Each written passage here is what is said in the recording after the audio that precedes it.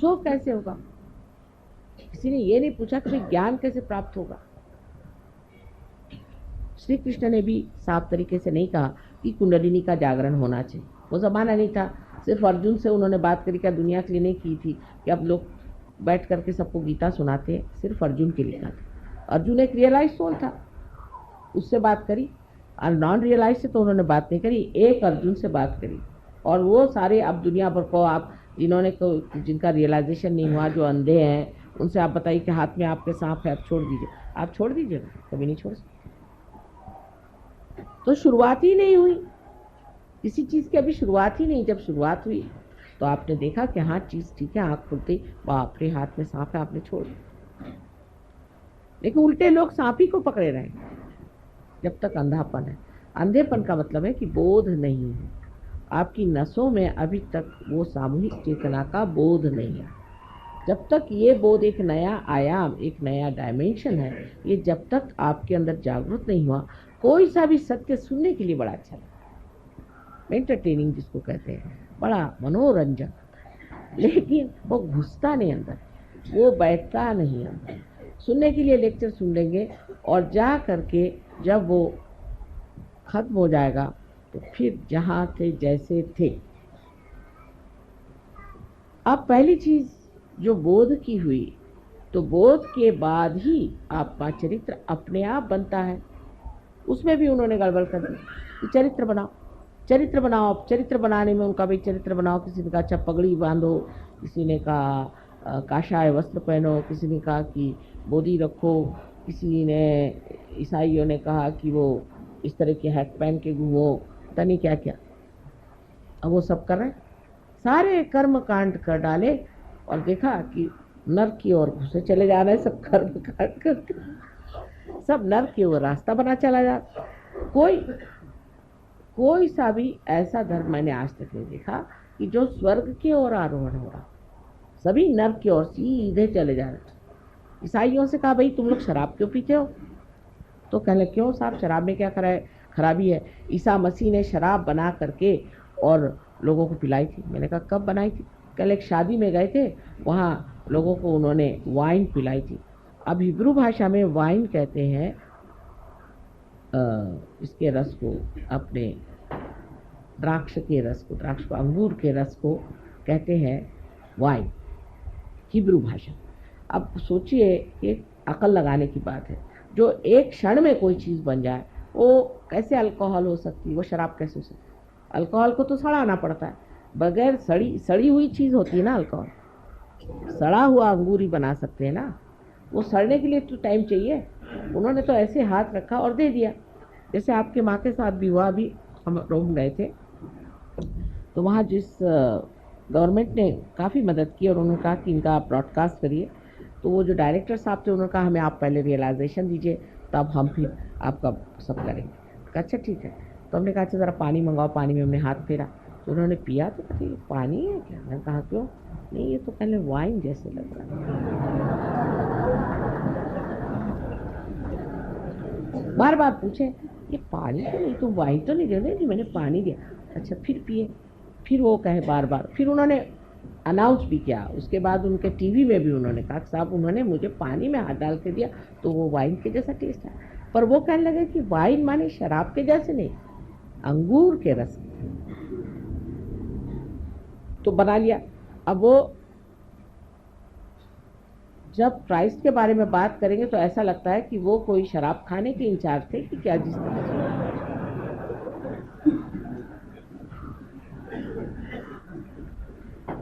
उसी प्रकार हरेक धर्म में, अब सिख धर्म में बताया गया कि आप अपनी रक्षा के लिए कृपाण रखें, इसलिए क्योंकि उस वक्त उन पे हर तरह के आघात होते थे। तो अब वो बंदूकें और सांप तो गोले और दुनिया भर की जितनी भी हिंसाकारी चीज़ें हैं, यानी हिटलर को वो आजकल पूजा कर रहे हैं, नानक साहब को नहीं करते। हालांकि नानक साहब ने ये भी नहीं कहा था, लेकिन पूरा भी देखा जाए तो कहीं नहीं कहा गया था कि आप तोपखाने रखिए। ऐसी कौन सी आप पे आफत आई?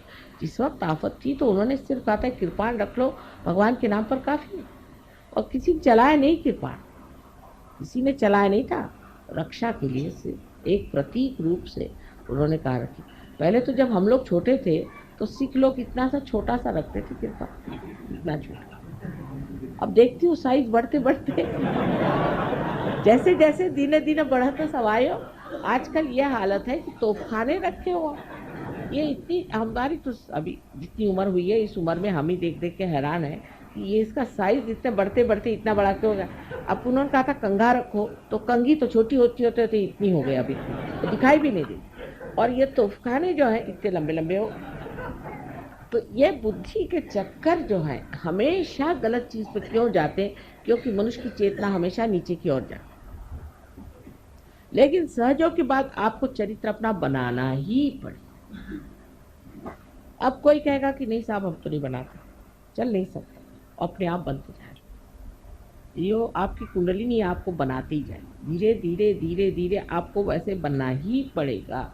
वो कहेगी कि अच्छा नहीं बनते हो तो चलो इस तरह से, वो टेढ़ी उंगली घी भी निकाल लेगी, वो आपको इस तरह से बना के रख देगी कि आप कहेंगे कि हार गए बाबा, जो कहो सो। एक साहब थे तो वो उनका दूसरे दिन ही शराब वराब सब छूट गया। उसके बाद वो गए जर्मनी। उन्होंने कहा थोड़ी सी चख तो ले, यहाँ की मुझे बड़ी पसंद थी वाइन, क्या लगती है। वो कहते कि मैंने जो पिया तो उसके बाद माँ इतनी मुझे उल्टियाँ आई। मैंने कहा क्यों? कल ऐसे लगे कि मैंने जैसे कोई सड़ा हुआ बुच खा लिया। तो तुमने सड़ा हुआ बुच कभी खाया था क्या? तो कह ले नहीं, जब हम लोग डॉक्टर है ना कभी बुच खोलते हैं तो उसकी स्मेल जो आती, मैंने सोचा कि वो सारा मैंने खा लिया। और उल्टी पे उल्टी, उल्टी पे उल्टी, कह ले मेरे खून निकल आया, इतनी उल्टियाँ हुई। मैंने कहा कान पकड़े, आज से कभी नहीं छूंगा ये शराब। मैं तो कुछ नहीं कहती ना, मैंने उल्टी करवाई, लेकिन आप ही स्वयं साक्षात सत्य पे खड़े हैं, उसे मैं क्या करूं? आप ही स्वयं स्वच्छता में खड़े हैं। अगर आप स्वच्छ हो जाए तो आपको कोई गंदगी नहीं अच्छी लगेगी, अपने आप ही चीज़ घटित होने लगती। शुरू में बहुत तकलीफ़ें होती हैं, कुछ कुछ लोगों को तो बहुत ही परेशानी होती है इसमें आने में। किसी में ईगो आ जाता है तो वो अजीब सा कूदने लग जाता है। मैं देखती रह जाती हूँ कि अभी तो अच्छे बैठे हुए थे, अभी बंदर के जैसे कूदने लगे। फिर किसी में देखती हूँ कि एक तरह की बड़ी घृष्टता आ जाती है, किसी में बड़ा गुस्सा आ जाता है, किसी में कुछ होता है। पर धीरे धीरे धीरे धीरे वो मुलायम होते जाते हैं और चीज़ सब बनती जाती है। वो कैसे बनती है, क्या बनती है, वो मैं आपको नहीं बताऊँ, लेकिन वो बनती है। क्योंकि बताने पर आप लोग घबरा जाए।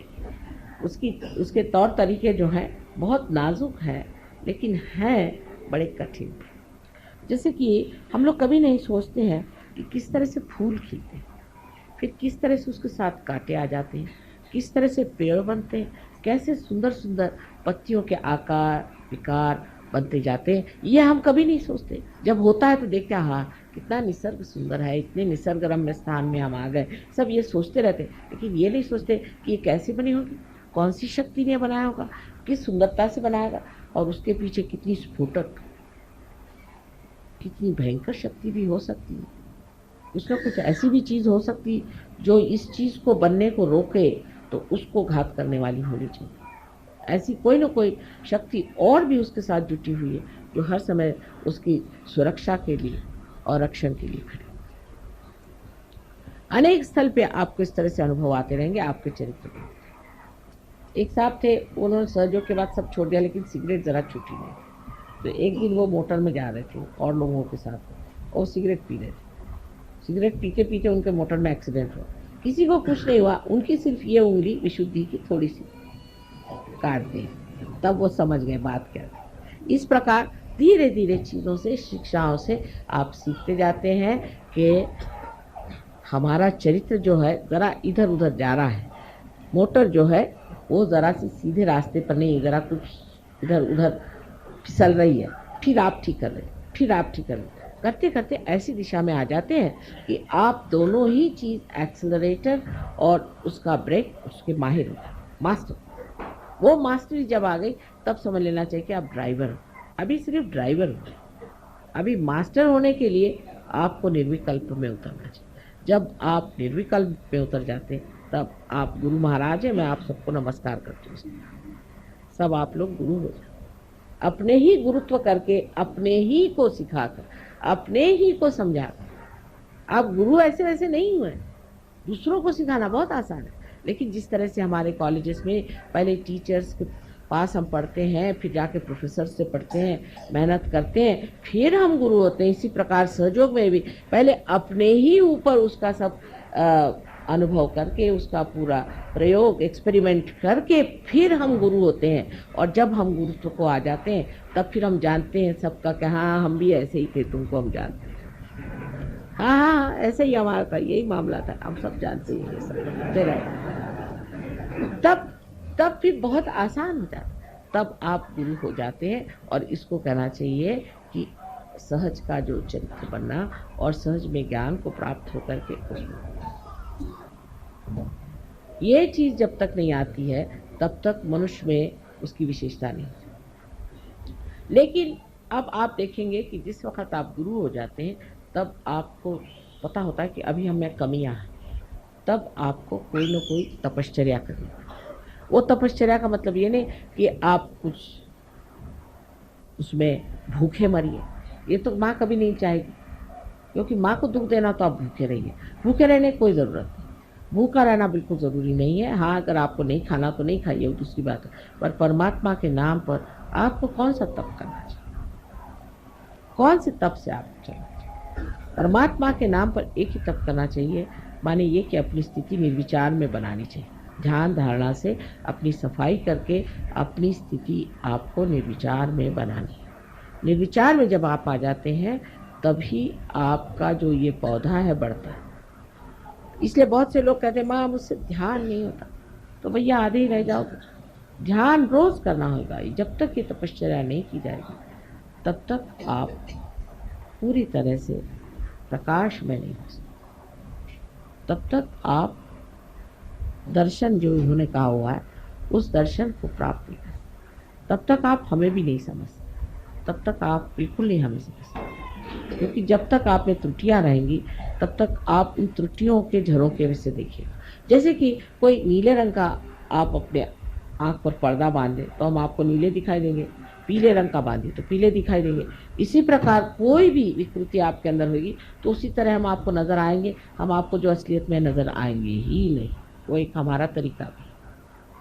तो इसलिए ये 4 चीज़ों को आपको इस नवीन वर्ष में सोच लेना कि अब हमारे पास ज्ञान प्राप्त हो गया है, हमें अब अपना चरित्र बनाना है, और चरित्र बनाने के लिए जो हमें तप और ध्यान करना है वो हमें करना है किसी भी हालत।